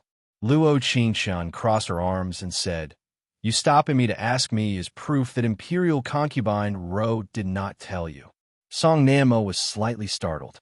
His deep eyes flickered with a faint light, as bright as the stars. Vanilla said that you're smart and quick-witted. Looks like he was right. Song Nanmo's lips curled into a faint smile. Last night, did you escape to the Imperial Garden because of Wang Zhong? Lord Song, there's no need to be so tactful. Luo Qingshun covered her mouth and giggled. Vanilla wouldn't say that I'm smart. She probably said that I'm full of tricks, or, at the very least, I'm a sharp-tongued person. Am I right? She would never believe that Vanilla would praise her for being smart. After all, she could see the malice in Vanilla's eyes. As for Wang Zhong, Luo Qingshun's eyebrows trembled slightly as she continued. It seems that Lord Song has already investigated everything. No. Song Nanmo looked at her faint smile, and his eyes flickered slightly. After a few seconds, he said softly, "Wang Zhong has already been punished by the Imperial Household Department. Everyone said that he is crazy and has a strange hobby." Lord Song didn't believe it, right? Luo Qingshun suddenly felt some appreciation for Song Nanmo. It was not because he was the male lead, but because he had all the advantages that all men had. Among them, he was smart. When Granny Li opened the woodshed, although there was only Wang Zhong, there were shredded clothes on the ground. Song Nanmo looked at Luo Qingshun's eyes and said, "Clothes can be shredded, but they can't be shredded like a sword." But there was no sword in the woodshed. Chapter 2905. I have no proof. Song Nanmo's brows moved slightly as he said, but Qing Chan dares to say that she has no other motives for approaching Consort Row. Of course there is. Luo Qingchun pursed her lips and said, the days in the laundry bureau are naturally not as good as the days in the Edict Palace. Even though I'm only a palace maid, I still have to find a way out for myself. Have you always been so sincere when you speak? Song Nanmo lowered his eyes slightly, as though he was a bit embarrassed. Official Song did not use the word sincere well, Luo Qingchun thought, and said, you should have said directly. Song Nanmo pursed his lips and said, Qingchun Gunyang, how did you manage to get Jiejie to stay by your side? Can you tell me? Official Song says it as though I will harm Consort Row. Luo Qingchun pouted and said, I am measuring the heart of a gentleman with my own mean measure. I did not mean that. Hearing this, Song Nanmo's ears turned slightly red in an instant. Luo Qingchun actually felt that his shy appearance was very cute. She laughed softly and said, I can tell you, but I have a condition. Such a good opportunity. If she did not flirt now, when would she wait? What condition? In the next second, Luo Qingchun's gaze landed on the jade pendant at his waist. She reached out and took the jade pendant from his body. It was a high-quality mutton fat jade, pure white and flawless. The character Mo was carved in the center of the jade, as though it was very suitable for Song Nanmo. Qingchun Gunyang. Song Nanmo's speed was very fast. He reacted almost in the next second and reached out to take the jade pendant. Unfortunately, Luo Qingchun was one step faster than him. She carefully examined the jade pendant and said, Official Song, why are you so nervous? Is this a gift from someone you love? No. He looked away, his eyes as deep as ink with a faint light in them. He said softly, I don't have anyone I love. For some reason, the assistant minister of the Ministry of Works, the man that all the palace maids in the imperial palace worshipped. At this moment, she actually felt that he was a little shy in front of her. Let's use this jade pendant as a condition. Luo Qingchun gently shook it and said, I don't think Song Darren will suffer a loss. Is it very difficult for Lord Song?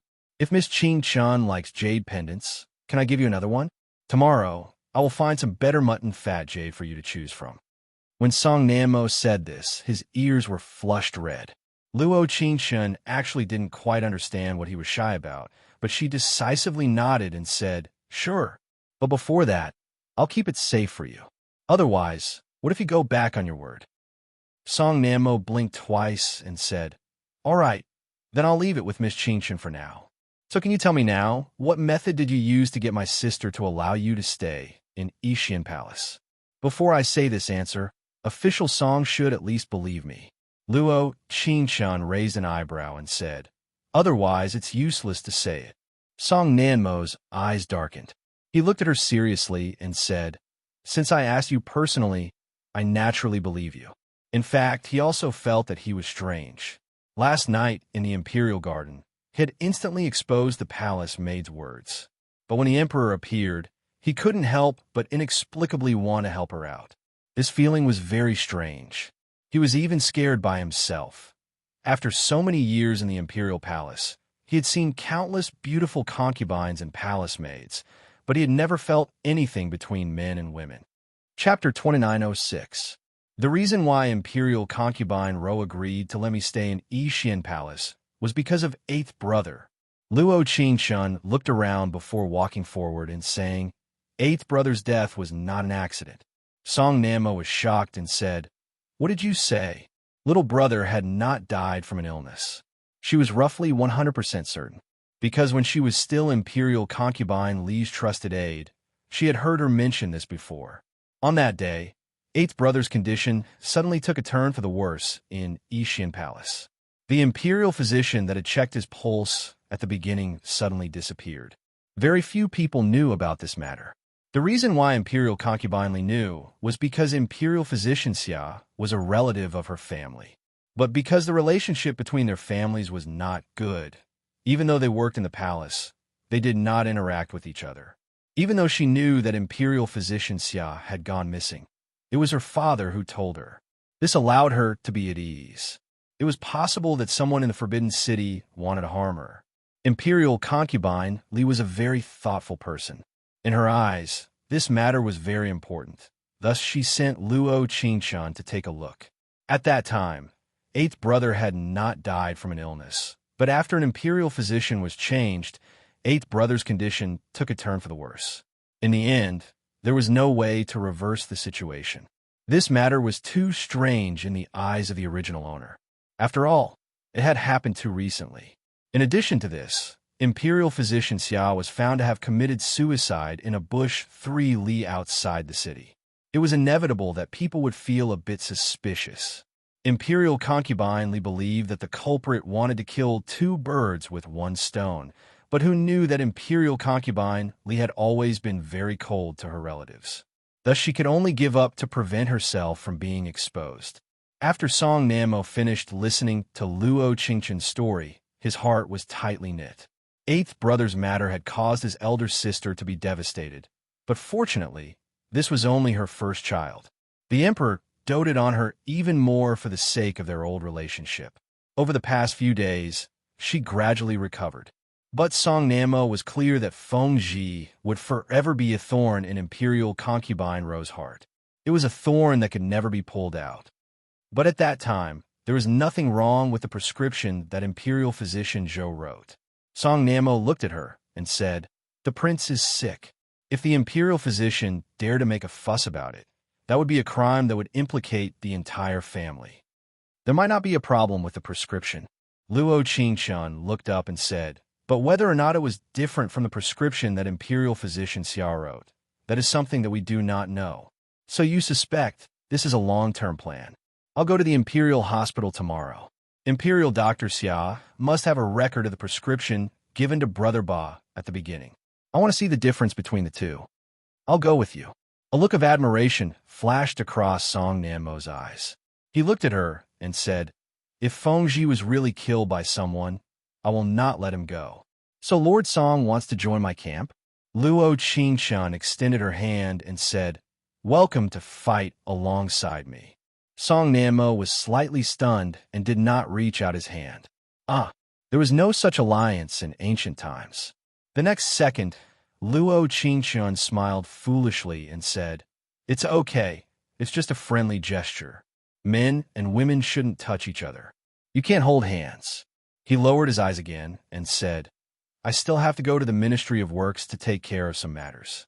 Go to the Imperial Household Department to get your clothes and return to Yixian Palace as soon as possible." As soon as he finished speaking, he turned around to leave. The next second, Luo Qingshan immediately grabbed his sleeve and said, "Lord Song, the direction of the Ministry of Works should be this way.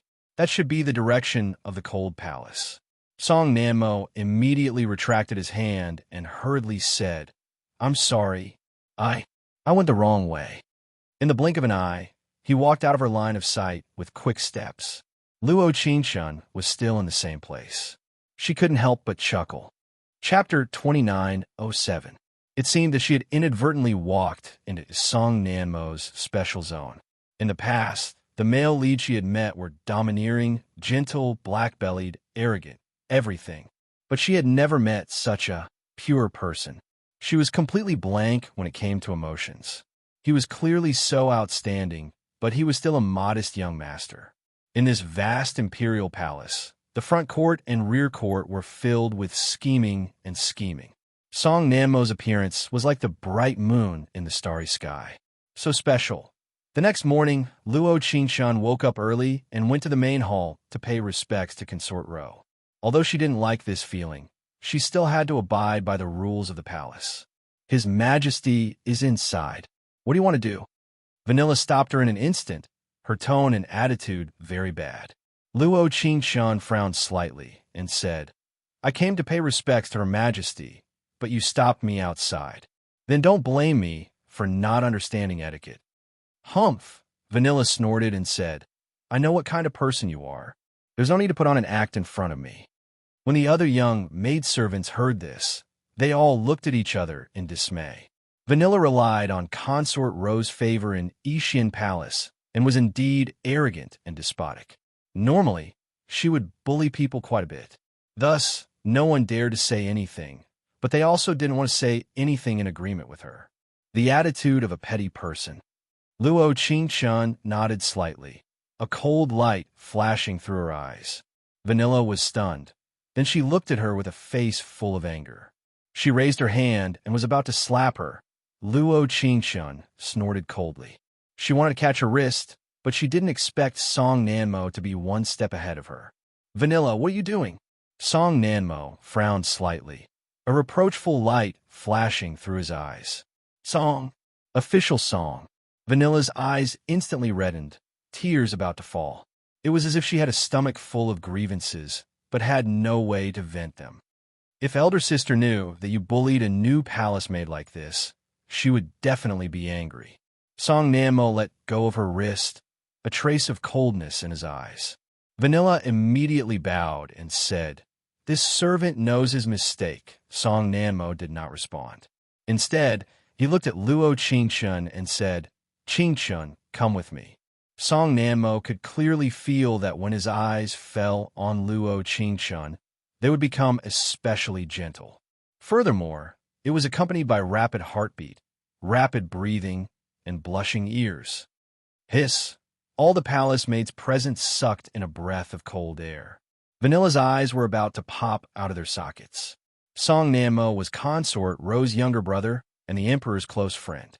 The emperor had long allowed him to enter and leave the harem as he pleased. But in fact, every time he came to the harem, he would cause a great commotion. After all, he was the most handsome man in the Forbidden City. However, he never stopped walking. Even when he came to Yixian Palace to talk to Xiang Cao or the other palace maids, he would ask them to inform him first. He didn't seem to be interested in the matters between men and women. Even Consort Ro would often tease him, saying that he didn't know how lucky he was. But now, Luo Qingshun came to Yixian Palace on the second day, and Song Nanmo took her away alone. This was a situation that had never happened before. Okay, even if she was surrounded by hateful and jealous gazes, the corners of her mouth couldn't help but raise a faint smile. Although this feeling was unintentional and meaningless, it didn't mean anything. She didn't know why, but she inexplicably felt a little sweet, as if Song Nanmo had given her candy. Chapter 2908. Official Song is up early today. Luo Qingshun followed him and broke the silence. He gave a gentle nod and said, "I was thinking about this last night, so I didn't sleep well." Actually, he wasn't just thinking about this matter, but he could only say this out loud. Luo Qingshun blinked twice and said, "So you came here early in the morning?" "Yes." Song Nanmo slightly knit his brows and said, "I went to the Imperial Hospital just now, and the eunuch gave me the key. In a while, we can compare Dr. Xia's prescription and Dr. Zhou's prescription." It had to be said, Song Nanmo was a perfect person. He had actually pushed this matter to a white-hot stage so quickly. He was really a person who could shine. Luo Qingshun couldn't help curling her lips. There was an inexplicable sense of security around him. It was like even if the sky fell down, as long as she was by his side, she didn't need to be afraid of anything. The Imperial Hospital's archives. There were 2 prescriptions on the table. On the left was Dr. Xia, who was already dead, and on the right was Dr. Zhou, who was still in the Imperial Hospital. The 2 prescriptions are basically the same. Luo Qingshun compared them and muttered, "White flower snake grass, dandelion, licorice root, poria cocos, while chrysanthemum, shantou root, tinkaway seed." Wait a minute. Song Nanmo compared them at the same time. Dr. Zhou's prescription has an extra Sephora flavescence. Eighth brother's body was very weak at the time, so Dr. Zhou gave him an extra Sephora flavescence. Luo Qingshun took a deep breath and said with knit brows, "There is no problem with the prescription." "You?" Song Nanmo heard her confident tone and asked in a surprised voice, "You're proficient in medicine?" Luo Qingshun's eyes were still on the 2 prescriptions as she casually replied, "I know a little." Song Nanmo looked at her face with deep concentration. It was like at this moment his eyes were filled with her. Ding! Affection has increased by 10. Mission completion rate is now 20%. Ah, The system's sudden notification made her jump in fright. The moment she raised her eyes, she directly met Song Nanmo's deep eyes. In the next second, he immediately looked to the side and slowly said, Since there is no problem with the prescription, does it mean that Imperial Dr. Zhou is innocent? In fact, Luo Qingxin knew that Song Nanmo was just casually finding a topic to ease the tension between them. But this topic was particularly bad. There must be a problem with Imperial Dr. Zhou. This was something that everyone with a discerning eye knew. How could Song Nanmo not know? What do you think? Luo Qingxin deliberately teased. Song Darren is so smart. Why are you still asking me? Song Nanmo tidied up the prescription and changed the topic. If eighth elder brother was really harmed by someone, then the bigger problem should be the food that Fengji ate that day. It can't be said to be a bigger problem. Luo Qingxin's right fingertips gently tapped on the table and said, It's a problem of the two complementing each other. Go back to Yixin Palace first and tell sister about this. Song Nanmo looked in her eyes and said, I'll check the food that Fengji ate that day. Chapter 2909. Song Nanmo froze for a moment. His eyes flickered, and after a few seconds he said, I forgot. When Luo Qingxin heard this, she suddenly said, Then I'll leave official Song's jade pendant with me for now. I'll return it to you when official Song brings the jade pendant to me. After a long time, he looked to the side and said with pursed lips, All right. Yixin Palace. The moment Luo Qingxin entered the palace, she was stopped by Xiang Cao. She looked at her with an overbearing expression and said, You've just entered Yixin Palace, and you're already slacking off. Do you really think this is a charity hall? Luo Qingxin's cold eyes narrowed. She looked at her and said, I was just about to report something to Consort Ro, and you stopped me. Do you really think you're the master of Yixin Palace? You. Xiang Cao couldn't stand the counterattack, and her face instantly turned red. She pointed at Luo Qingxin's nose and said, You're not slandering me. I never said that.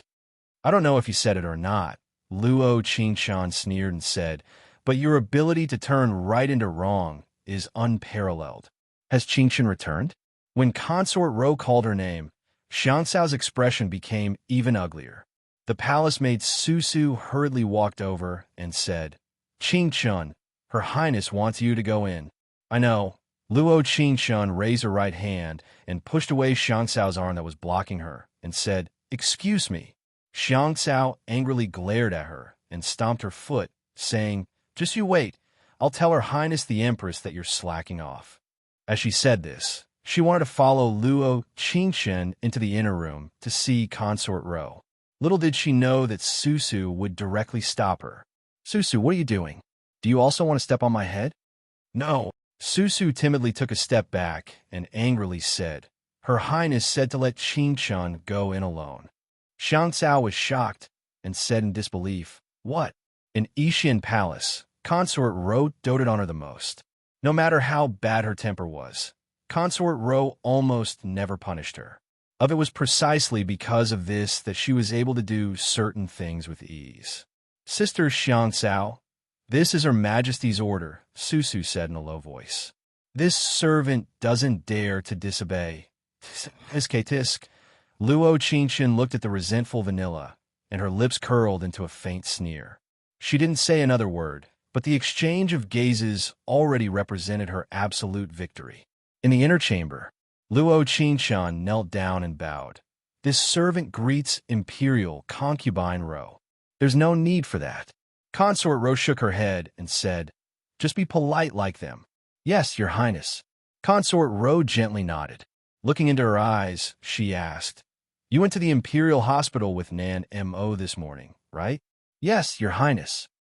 Luo Qingxin's brows twitched slightly as she said, There's already some progress in the investigation that I promised Nyang Nyang. That's good. Consort Ro frowned slightly and said, You and Nan Mo, although this servant is now a palace maid of Yixin Palace, it's naturally not easy to go in and out of the Imperial Hospital to look through the records. Luo Qingxin said in a low voice, Moreover, it's easy to alert the enemy by beating the grass. You mean that Fengji really was killed by someone? When Consort Ro heard this, her eyes instantly turned red. Why was she so weak that she couldn't protect the child after giving birth to him and let him be killed in her own palace? Chapter 29:10. Okay, okay, okay. Consort Ro bit her lips and slammed her trembling right hand heavily on the table.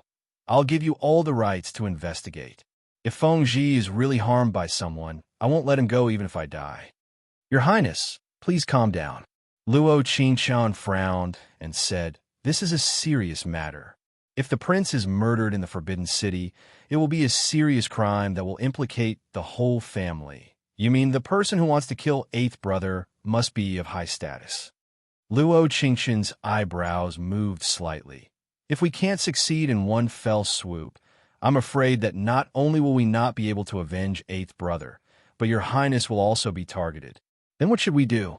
Consort Ro looked at Luo Qingshan's eyes and said, I believe you. From the first time I saw you, I had a strange sense of trust. So even if the palace maids spread rumors about your purpose of coming to Yixian Palace, I didn't believe it. Thank you for your trust, Your Highness. Luo Qingshan took a deep breath and said, Lord Song is also very concerned about eighth brother, so I took the initiative to tell him. It doesn't matter. My brother is very smart. He will only help you and not hinder you. Qingshan understands. Luo Qingshan's eyebrows trembled slightly. Lord Song has already investigated eighth brother's diet. I want to see eighth brother's residence. Feng Ji's residence is next to mine. After he left, it was a mess. The emperor was afraid that I would think of him when I saw it, so he put up a seal. No one can enter or leave. When Consort Ro said this, her eyes became even redder. Every time she thought of eighth brother, her heart felt like it was being twisted. Your Highness, please allow me to enter eighth brother's residence. Luo Qingshan raised her eyebrows slightly and said, this is very important. Consort Ro hesitated for a long time before saying, okay, but try not to let others find out. Qingshan understands. Eighth brother's residence was next to Consort Ro's residence, but it was covered with seals. Luo Qingshan quietly went in and carefully investigated. The room was not messy, nor was it dusty. She looked inside and out and finally set her eyes on the candlelight. He didn't find anything special, but it was clean, abnormally clean. It seemed that the person behind this was extremely meticulous. All the evidence had been cleaned up. However, sometimes the more nervous and deliberate one was, the easier it was to leave traces behind. Luo Qingshan squatted down and found that even the surrounding carpet had been replaced with a new one. In order to prevent the palace from catching fire, there was no open fire in the palace. It was impossible to burn such a large carpet. At the same time, it was even more impossible for the person who did this to leave the carpet in the palace.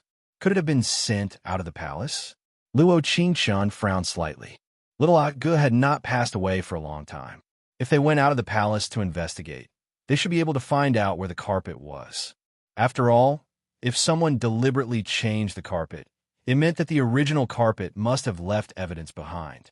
Little did she know that just as she was deep in thought, someone grabbed her hand and pulled her in the direction of that person.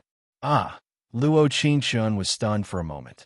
She was about to jump away when she saw a face that was so beautiful that it seemed to glow. Come out quickly. This was probably the first time Song Nanmo looked directly at her and spoke. His eyebrows were tightly knitted with a touch of worry. Chapter 29:11. How can you be so bold?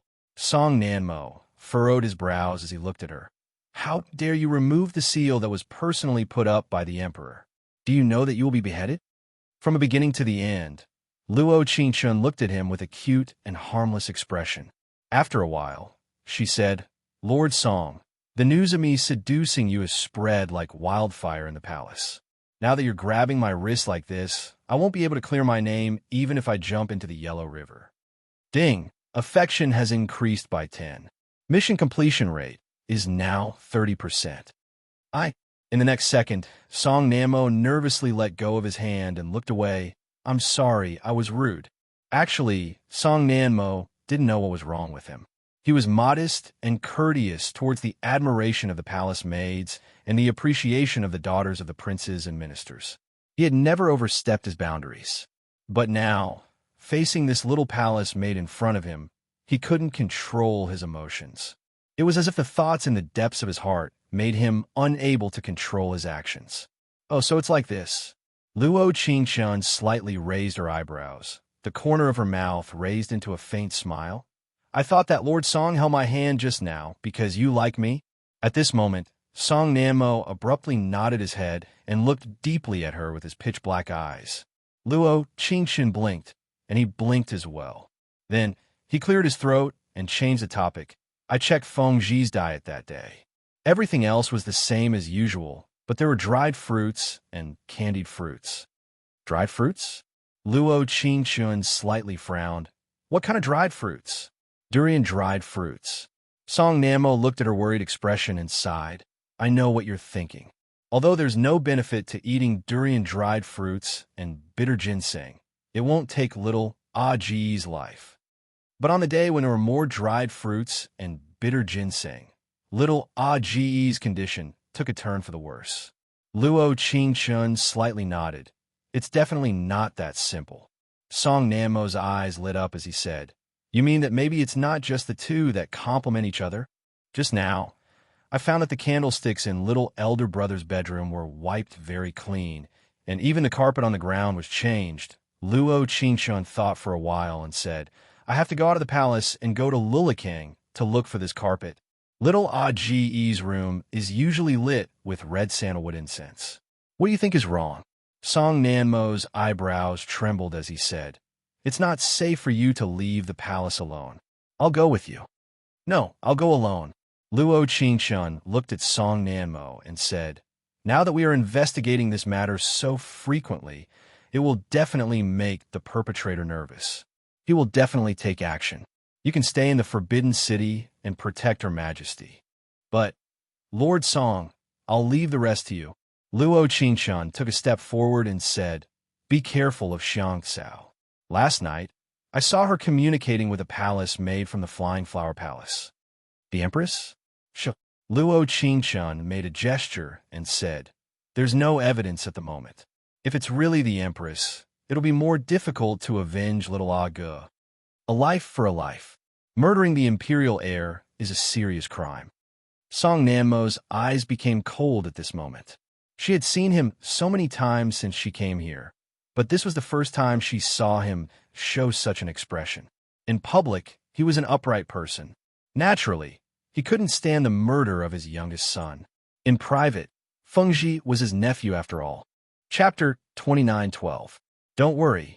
Luo Qingshun shrugged and said with a faint smile, Since I volunteered to come to Yixian Palace, an imperial concubine, Ro has kindly taken me in, I will definitely repay her.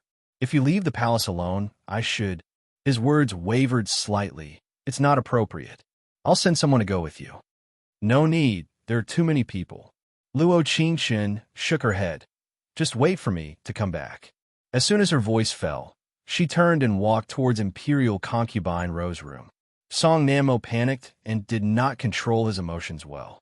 Looking at her back, he shouted, Qingshun.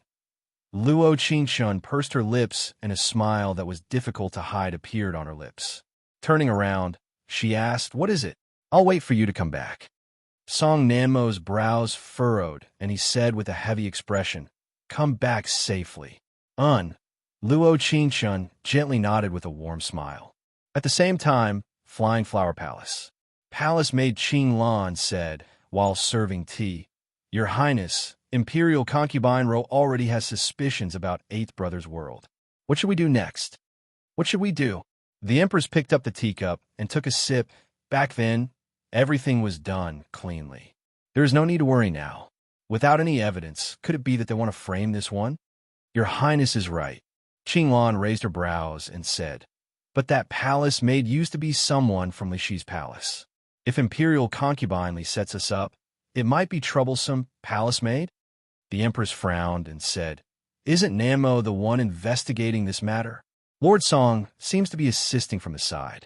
Qing Lan explained, The one truly investigating this matter is that palace maid called Luo Qingshun. The next second, the Empress let out a cold laugh and said, Then it's even easier. Your Highness, please instruct. Hasn't she already left the palace?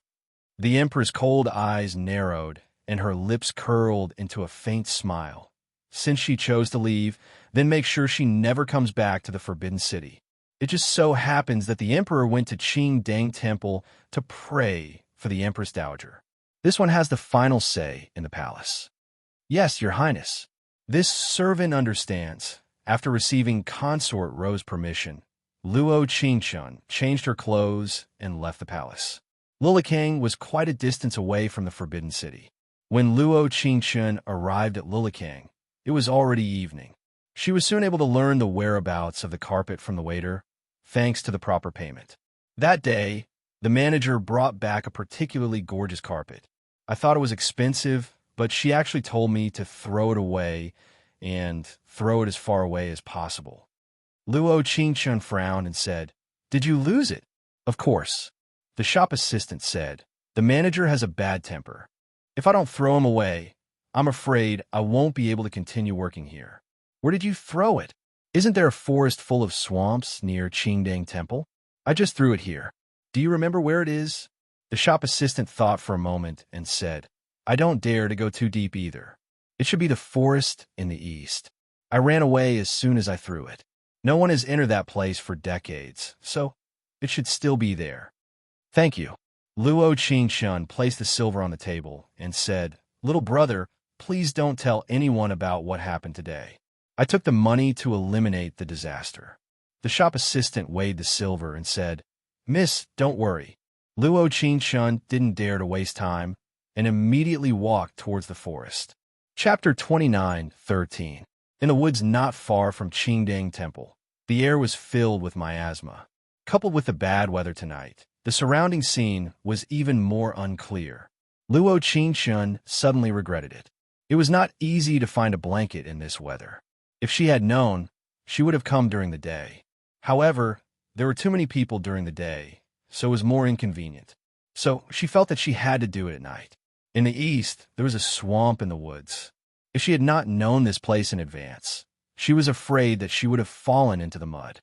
Using the exquisite ring as a flashlight, she lit up the surroundings. She began to search from the east intersection, but she did not even find the footprints of a person. Not to mention the carpet. Luo Qingshun stood in the same place and frowned, murmuring, "Could it be that the man has been bribed?" Just as she was deep in thought, a coarse shout rang out, and the surroundings instantly lit up with a little bit of fire. "Don't let him run away. Otherwise, when he returns to the Forbidden City, all of our heads will be gone." "Boss, don't worry. He is poisoned and can't run far. He will die today." There seemed to be a certain distance between the other side and her. If the leader had not shouted too loudly, she might not have heard it. Were they sent by the murderer who killed Brother Ba? It shouldn't be. Poisoned? But she was not poisoned. Then who was this group of people chasing? Listening to the rough voice, it should be someone from the palace. Everyone's heads would be gone, which proved that this person's identity and status must not be low. Luo Qingshun frowned and walked in the direction of the voice. Her footsteps were very light, but she still hid very well when she was close to the light. "Boss, there is blood here. Look carefully, he must be nearby." Luo Qingshun narrowed her eyes and looked around. The next second, her eyes fell on a rock not far away.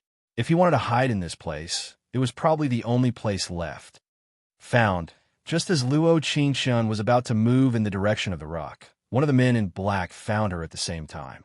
In the blink of an eye, she followed the light of the fire and saw the figure of the person they were talking about. He was wearing a dark green robe, and the moonlight shone on his handsome face. His face was pale, and his right hand was covering his chest.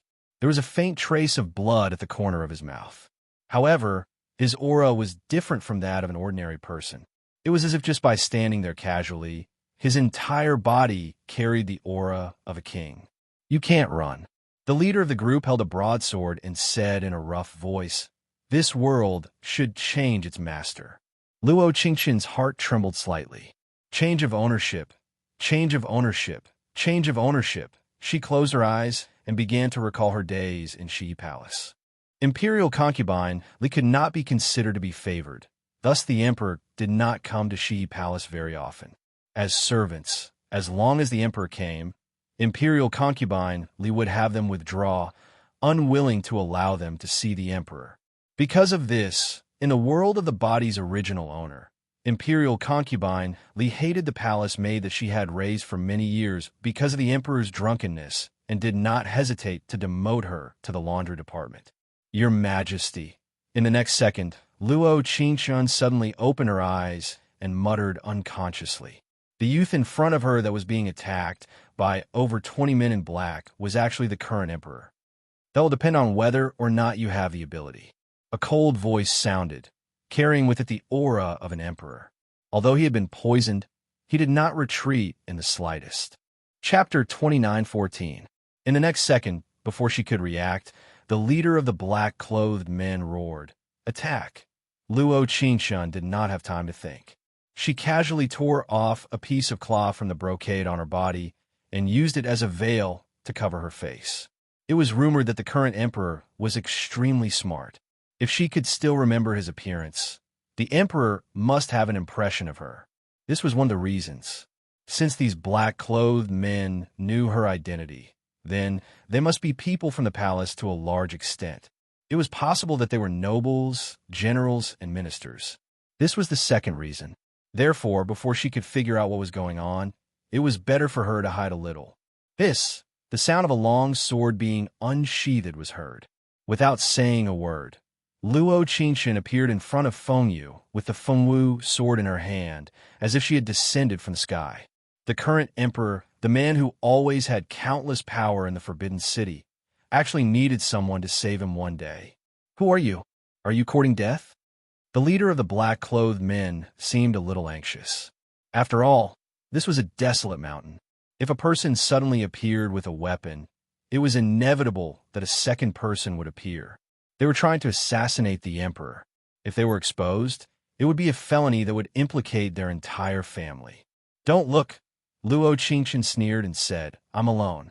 Looking at the black-clothed man who kept looking around with an ugly expression, Luo Qingshun could not help but feel that it was especially funny. It seemed that even desperados were still very afraid of death. It was as if the one who died today was not Fengyu, then everyone present, including their entire family. I think you're courting death. The black-clothed man roared angrily and swung the broadsword in his hand in the direction of Luo Qingshun. Miss!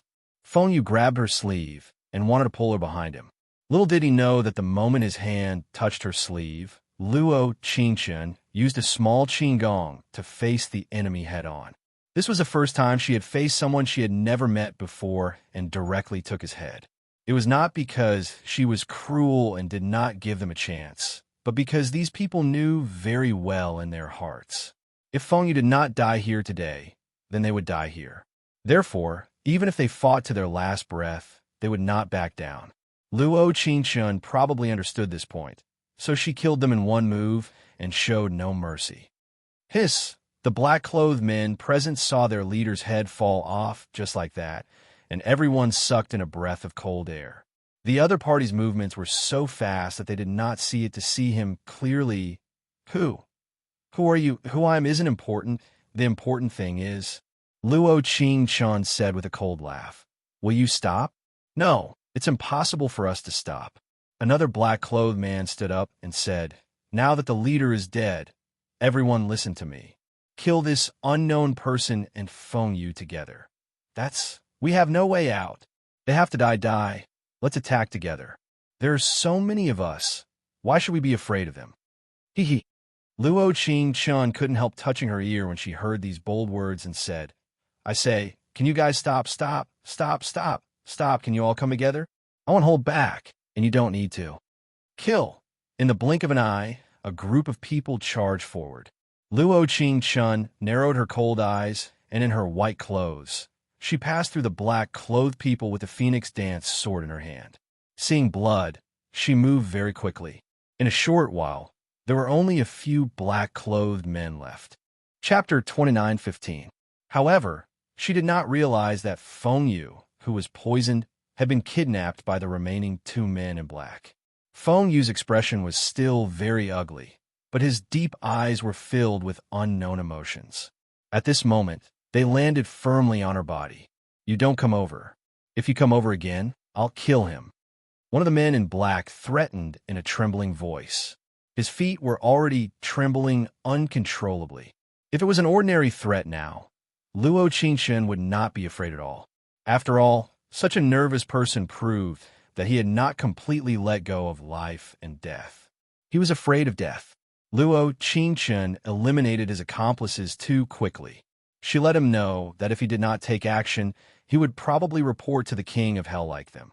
If such a person who had not completely let go of life and death, if he was agitated, he would die together with Feng Yu. The risk was too great. She did not dare to gamble. Luo Qingchen shrugged and said with a chuckle, "What do you want?" Her relaxed tone could make the other party not seem so nervous to a certain extent. The man in black said with a trembling voice, "Let me go and forgive my sins. I will." "Do you really think that the national law doesn't exist?" Feng Yu mocked coldly. "If you fall into my hands, I will kill your entire family and exterminate your 9 generations." At this moment, Luo Qingchen's inner monologue should be, "I risked my life to save you, but you stretch your neck out for me to wipe." When the man in black heard Feng Yu's words, he could not control his emotions and roared, "For my family, I will die with you today." Time and space froze. She really did not want to use her superpower, but if she did not use it under such circumstances, the emperor would be finished. Luo Qingchen walked forward and snatched the knife from his hand. After throwing it on the ground, she stood back in her original position. With a thump and a snap of her fingers, everything around her returned to normal. Luo Qingchen picked up the stone from the ground and threw it in the direction of the man in black.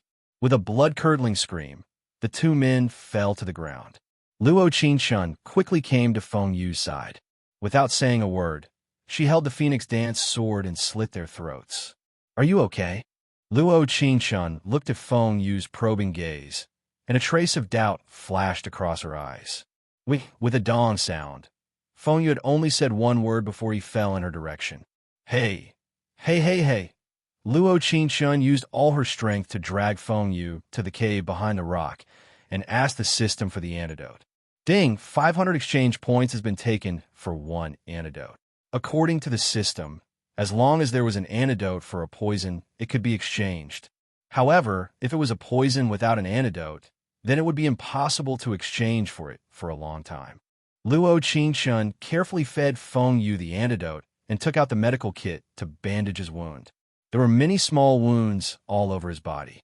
He must have gone through a few tough battles. Logically speaking, even if he went to Qingdang Temple to pray for the Empress Dowager in a low-key manner, he should have brought his trusted aides with him. But why was he the only one left? Just as Luo Qingchen was deep in thought, Feng Yu groaned and opened his eyes slightly. "You're awake." Luo Qingchen looked at him calmly and said, "The poison has been cured. Don't worry." Feng Yu pursed his thin lips slightly and looked into her eyes. He raised his hand slightly and wanted to take off the white veil on her face. Chapter 29:16. "Miss, you saved my life. Naturally, I have to remember your appearance to repay you." Feng Yu was very direct.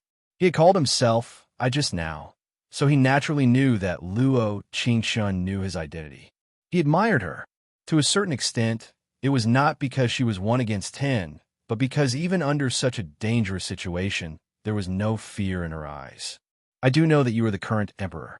Luo Qingchen shrugged and said, "But if you want to repay me, you don't need to know what I look like. You just need to do me a favor."